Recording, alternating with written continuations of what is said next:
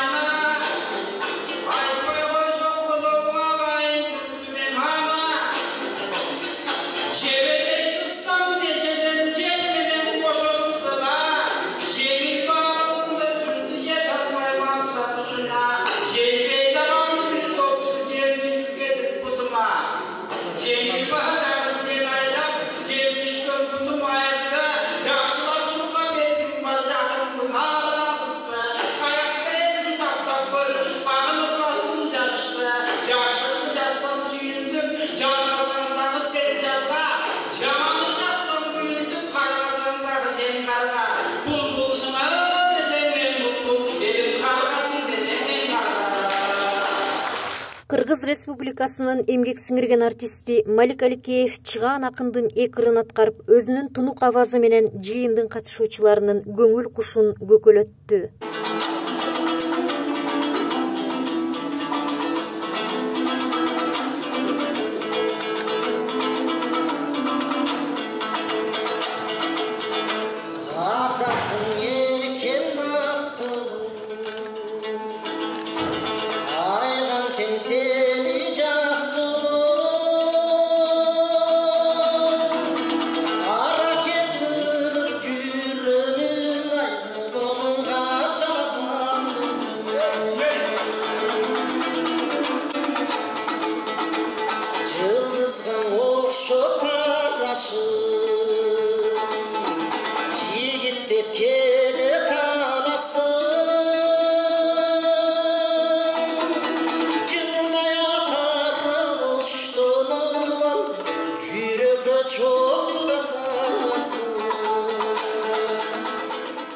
Сөз белгилүү окумуштуу Эркебаев Абдыганы Эркебаевичке берилди. Акындын кыргыз поэзиясынын феномени делип жатканынын себептерин талдап, чечмелеп айтып берди. Бүгүн биздин Улуттук илимдер академиябызда жакшы чара болуп атат.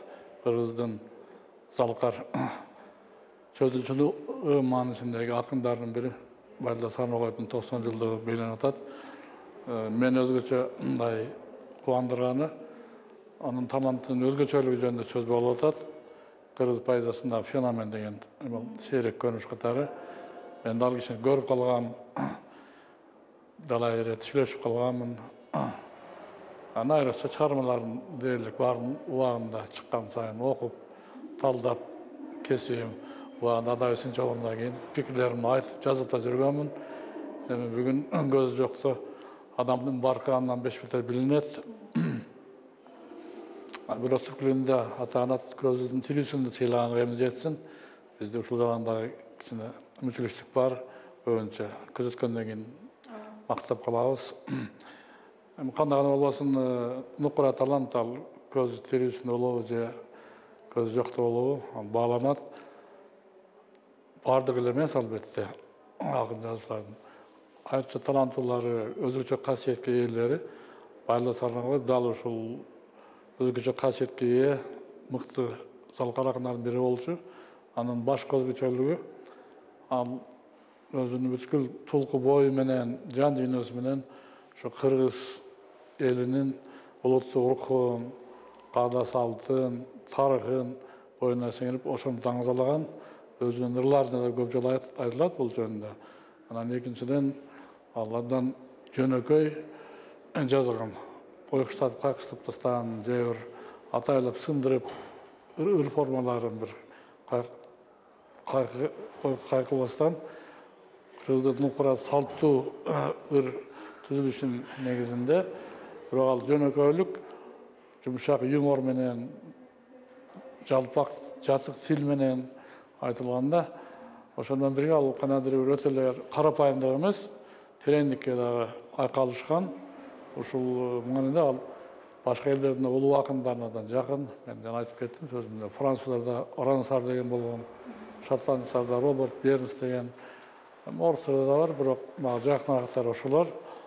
Анан дагы бир жакшы сапаты Байдыкенин ошол мезгилде билимдүү болгон, кыргыздын тарыхын мен айткандай өзгөчө ооз эки сөз өнөрүн мыкты билген, энеси үйрөткөн экен. Анын өзү касиеттүү талас жалаң өнөрпоздордун, манасчылардын жери да тура, Манастын жери. Анын боюнан сиңирип, кийин Бишкекке тагыраак айтканда ал мезгилдеги Фрунзеге келип дагы адай билимин жогорулатып, ага канааттанбастан Москвага барып, Горкиянда дүйнөлүк адабият институтунда ушундай билим алып, орус поэзиясы, дүйнөлүк адабият менен таанышып, демек ар кайсы булактарды камыр жуурганда жууруп, өзүнө сиңирип, ошону чыгармачылыгына ыктуу колдонгон. Тилекке каршы бизде кээ бирлер өз айылда алган билимимен калып калат, же болбосо кыргыздын эле турмуштун билими менен чектелип калат. Мыкты залкар адамдар канчалык көп билсе, башка элдердин маданиятын сиңирсе, ошончолук өрнөк болот, терең болот да, анан көп түрдүү болот. Бул жагынан дагы үлгү. Жалпысынан Байдыкен тагдыры кичине өзү көз тирүүчүндө аянычыраак болуп калды. Акыркы мезгилде ооруп жатып калды. Ачык айтканда татыктуу баалаган эмес, бирок эл аябай сыйлаган.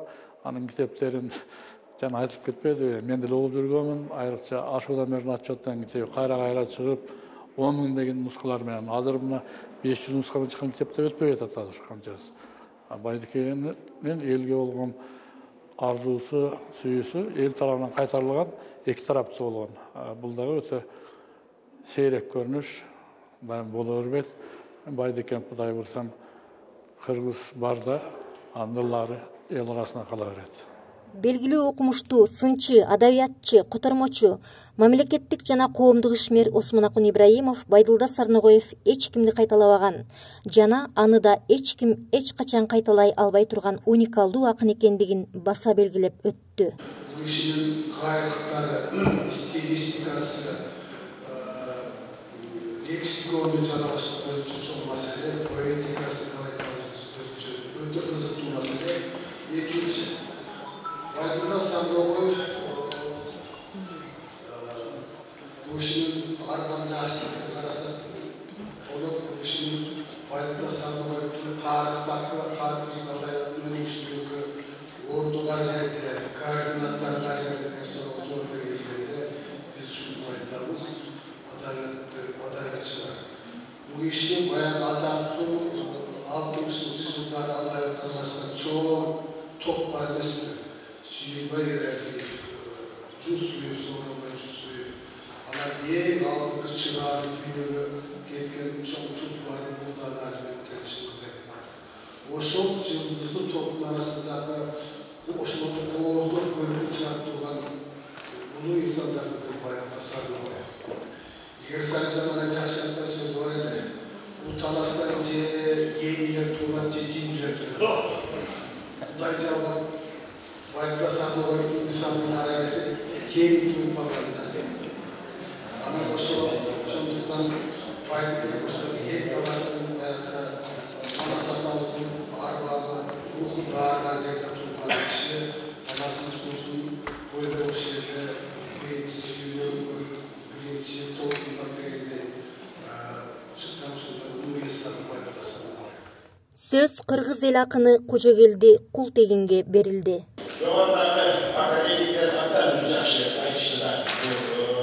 Байдылдас Сарногоев'un жыры ең ақын екендігі. Анын жыры өлкәсін іштейдағы, ойлау манерасындағы, ес көрген арыз келдікті. Ушыл елдің ақын, елдің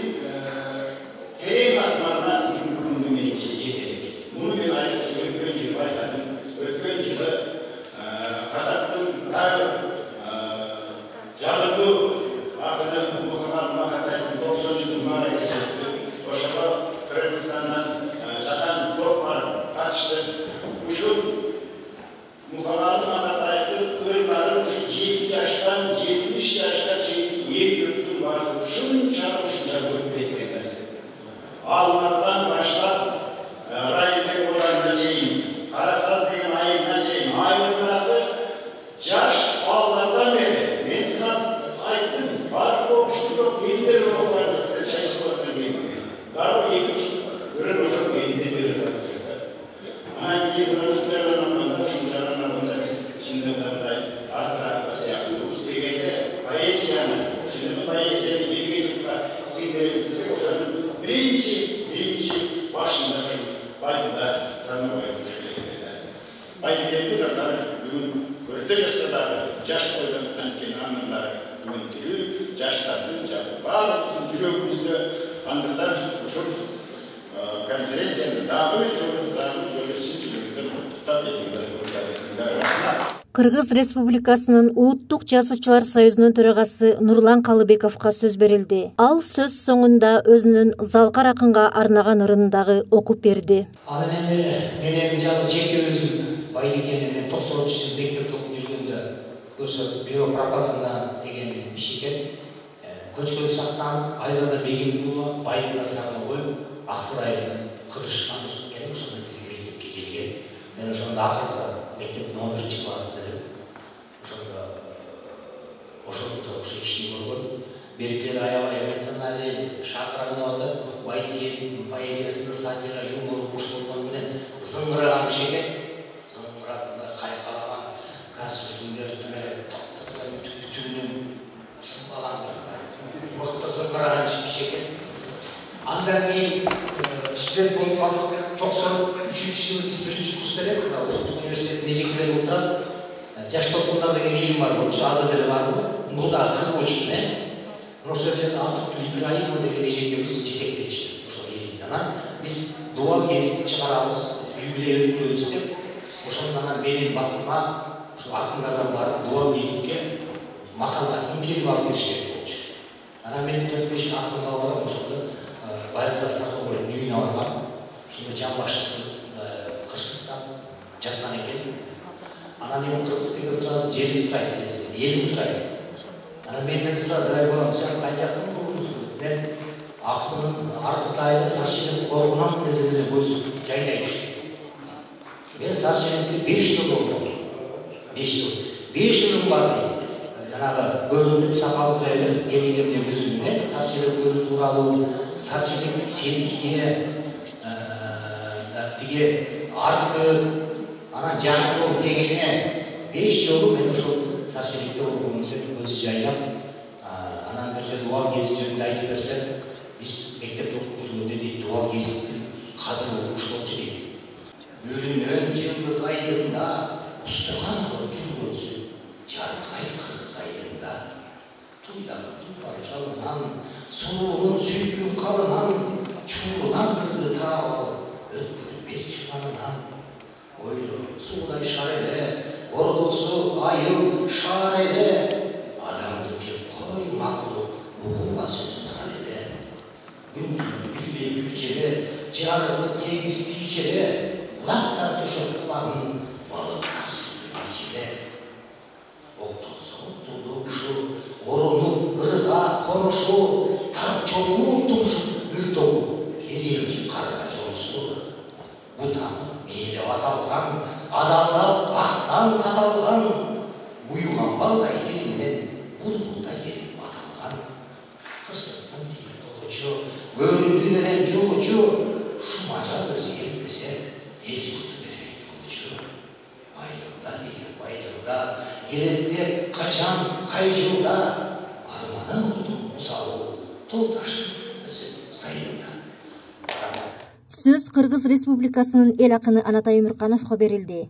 Ал чыган акындын жеке тагдырына жана акындык бийиктигине арналган Байдылда аттуу китептин түзүүчүсү. İzzet koyup Talaşta bayram. Talaşta bir sarı gelin var iken Balkayadan. Oşu bile içileştin. Sen oşunun doğurgansın. десе, анда байкем айтатпайды. Ой, мен ошынан туылғанмын. Мен саған ойып бекер жазып жүріппін. Азыр бүгінден баштап қарамайып деп жаздырып аламын. Анан сізден алимент аламын деп шығарды. Бүттік қатты жатқаншыда шындай ұлылықтағы, ана кейін бір жөнөкөйлүгүнагы кайталамыз. Көбүнчө көп кишилерди билебиз, көрүп жүрөбүз. Мындай мыктысынуу, өйдөсүнүү сезилип турат.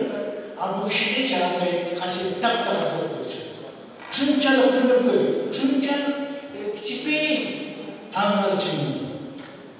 Бұл жаратылыштың берген билігі, әлбетте өрмінен қошып берген, әлбетте. Ошын үшін алып, қандай үшін болбасын, қандай түзіліш болбасын, қандай күн болбасын, қырғыздары байындады. Қырғыздары байындады, андай ешкімді сандаған жоқпыз. Ешкімді жемісі береміз. Бұл башқаша жаралғандар, башқаша жаралғандар. Ошон үчүн биз ушундағы кечиксек дагы мамтын кийинип туруп айтканыбыздын өзү жакшы нерсе. Мен себеби кишинин атасынын, энесинин өмүр баяндарын бери баарын билем, баарын жазып алган. Бул тарих үчүн керек. Ал эми байылда бизге өмүр үчүн керек. Биз байылдасыз үрүбүздө болбойт, күлкүбүздө болбойт. Улутчул дешет билбеген, улутун кимдер сүйбөгөн, кызыл эт кезден торолтуп кыялын көккө күүлөгөн, кыргыз деп келгем дүйнөгө, кыргыз деп өтөм дүйнөдөн деп кыргыз элин жанындай сүйүп өткөн кайталангыс акын ар бир кыргыздын жүрөгүндө сакталат.